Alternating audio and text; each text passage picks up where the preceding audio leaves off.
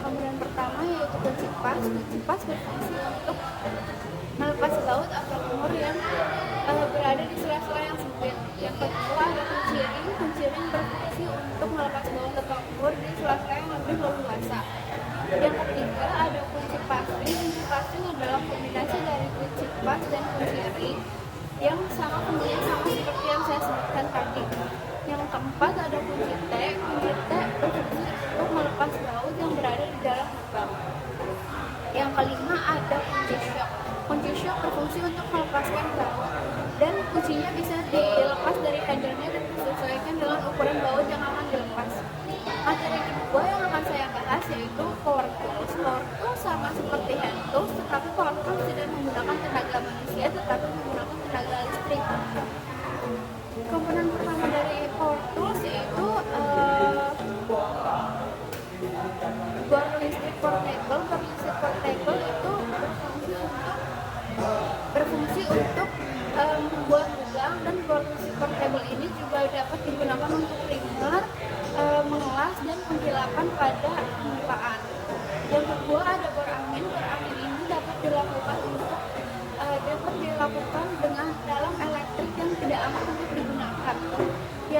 Yang ketiga ada portable power gerindra, berfungsi untuk menggerindra hasil pengelasan. Portable power gerindra ini juga hanya dapat digunakan pada bagian-bagian yang tidak terlalu kecil.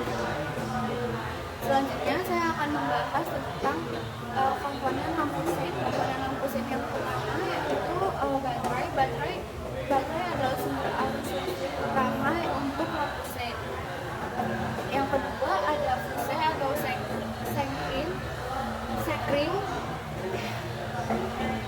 Fuse atau sekring berfungsi untuk mencegah konsletan dan kerusakan pada kelistrikan.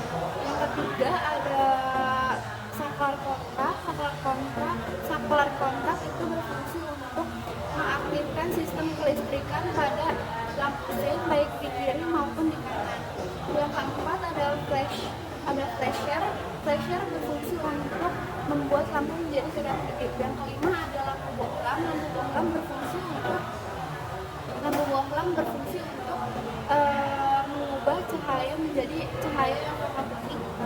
Selanjutnya saya akan membahas tentang sistem pendingin atau cooling system. Sistem pendingin berfungsi untuk menjaga supaya temperatur mesin dalam kondisi yang ideal. Cooling system terbagi menjadi dua, yaitu sistem pendingin udara dan sistem pendingin cairan. Sistem pendingin udara yaitu memanfaatkan udara yang masuk ke dalam celah mesin. Sistem pendingin cairan yaitu menggunakan media air sebagai perantara untuk melepaskan panas ke udara. Komponen sistem pendingin cairan yaitu yang pertama ada radiator. Radiator berfungsi untuk melepaskan panas.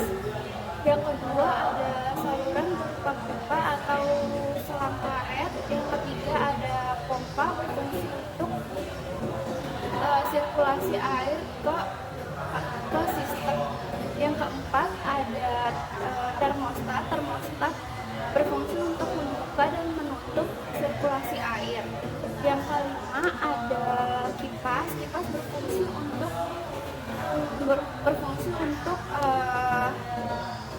membantu pelepasan pada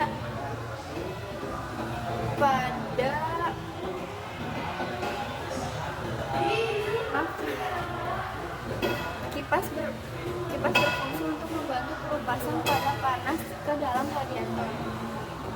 Yang keenam ada kantong air atau water jacket. Selanjutnya saya akan bahas tentang tentang komponen yang bergerak.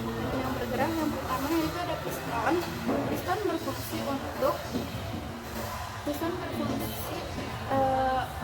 Piston bergerak naik dan turun di dalam silinder.